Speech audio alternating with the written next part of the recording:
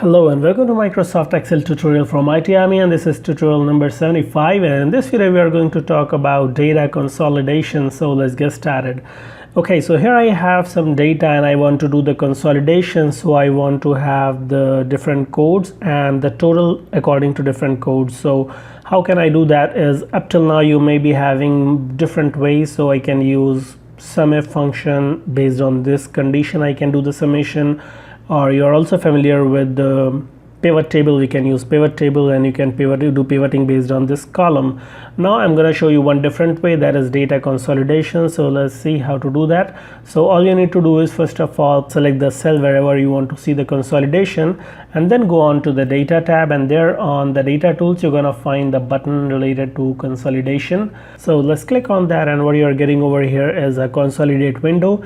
The very first thing it's asking you is that what function you want to apply on consolidation. So whatever numbers you are having, you want to do summation or counting or average, minimum, maximum, all different functions are there. So I want to do the summation of that, and then it is asking you what is the range of the cells that you want to aggregate on. So in this case I can select all these cells. You can select header or without header, it's your choice, and click on add. Now in this case you're gonna see over here is we have option over here whether to use the labels in the top row. So yes, I have selected the labels. I'm gonna select top row is the labels, and this thing I want to use as a column. So in that case what it will be doing is it will be finding all the similar values, and then for the similar values it will be doing the aggregation of the numbers. So now I'm gonna click on OK, and I can see that has done the aggregation. So 1, 2 and 3, what unique values it found, and then did the aggregation of that. So we had one over here, this one, and this one. So it has done the aggregation of that, and it comes out to 240. This is how we have done the aggregation. The final column over here is not coming, no problem, you can type in manually. And one thing you notice over here is that whatever result you are getting, this is not a function, it is a constant value. So that means in case if you make any changes over here in future, this thing is not gonna get updated again, then you need to rerun the consolidation. We can make the links also, but at the end of the video I'm gonna show you how to do that thing.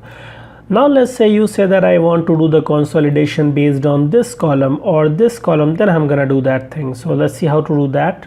So let's do that consolidation over here, consolidate. Now one thing you cannot do is you cannot say that I want to select this column and then press control key and then select this thing. This thing is not possible. Whatever range you are selecting, it should be all one range. So what I can do is I can select this way, right? It will be doing the summation. I click on add, and then I'm gonna say that I have the top row header and first column should be treated as header. So what it's gonna do is it will be doing the summation of this column and this column.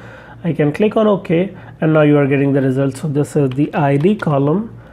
Now in this case we are not interested in this, so I can say control minus, and then I say delete and shift the cells left and click on OK, and then now you can get this thing. So this is how we can do the consolidation. Now let's take one more example. Let's go on to over here, and here you can see that we have data in different quarters, and I want to do the consolidation. So I can click anywhere where I want to get the consolidation, click on consolidate, and now I have different ranges. So I can say I want to perform the summation, and then I can select the entire ranges. So I say here I want to do the consolidation, click on add. This is my second range, click on add. This is my third range, click add, and this is my fourth range, and click add. So you can see that I have different ranges. They may be within the same sheet, it could be in different sheet, or it could be in different workbooks even. You can work with that. Now you can see that you want to use the labels or not. So whatever range I have selected, so definitely I have the row labels and column labels. So I can select the top row is a label and left column is a label. And now when I click on OK, and you get the result. Okay, so this again working fine. You can see these are also constants, so in future if you make any changes, this thing is not gonna get updated.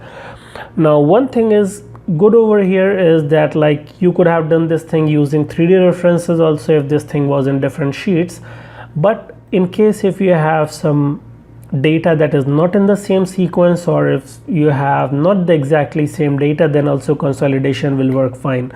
So let's do something. We insert some data, control shift plus, and I say we have central over here 20, and let's say over here I don't have this record, control minus, and I delete the cells and move the cells up, right? So you can see that we have different amount of data, and let's say we have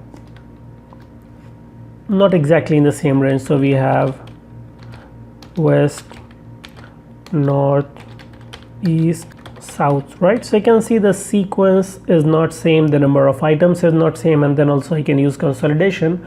Click on consolidate, and let's delete all these ranges, and now let's again create the range. So the very first range is this one, add. This is the second range, 5 records are there, and third range, and this one is the fourth range, and click on add. And now I can click on OK, and now you can see that it has east, west, north, central, and south. Okay, so this is how we can use consolidation. Now let's see the third example, where we have the data sitting in 4 different sheets, where we have quarter 1, 2, 3, and 4, and I want to summarize all that data into another workbook. So how can I do is, I want to put that link over here. So I'm going to select the cell where I want to have that consolidation. I click on consolidate, and then I'm going to go over to each and every workbook and add. So I go to first workbook, I select that data, and then I click on add. You can see the book name is coming, the sheet name is coming, and the cell reference. And then I go on over to the second workbook. I select, go to the second workbook. This thing is, I guess, some problem with this. I need to delete that, and then I go to the second workbook. Now it's fine. Add, and then I delete this. Go on to the third workbook. Select this one. Add, then delete this text box. Fourth, select this one and add. Now I can clearly see that from the Excel folder we have workbook quarter 1, quarter 2, quarter 3, and quarter 4, and these are the sheet names and these are the ranges. And now I can say that I have top row and top column having the label, and now you can see over here we have this create links to source data. If I select this checkbox, it's going to create a link to those sheets, and that in future if you want to make changes to these Excel sheets is going to get updated in this workbook. So when I click on OK, and now you can see that if I go back to this sheet, and now you can see over here is that you are seeing this plus marks like outlines have been created, and when I drill down you can see it is referencing to, let me zoom out a little bit. I can see you are getting the data for different workbooks. So these are the name of the workbooks and what data you got from different workbooks.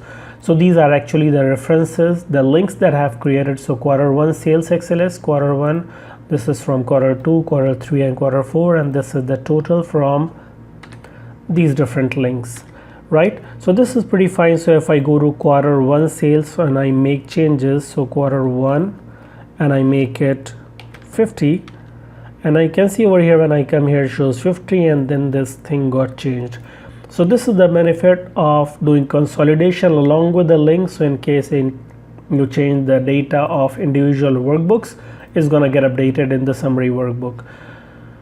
So that's all about consolidation. Hope you like this video. If you have any other questions or comments, please post in the comment section below, and don't forget to subscribe. See you in the next video.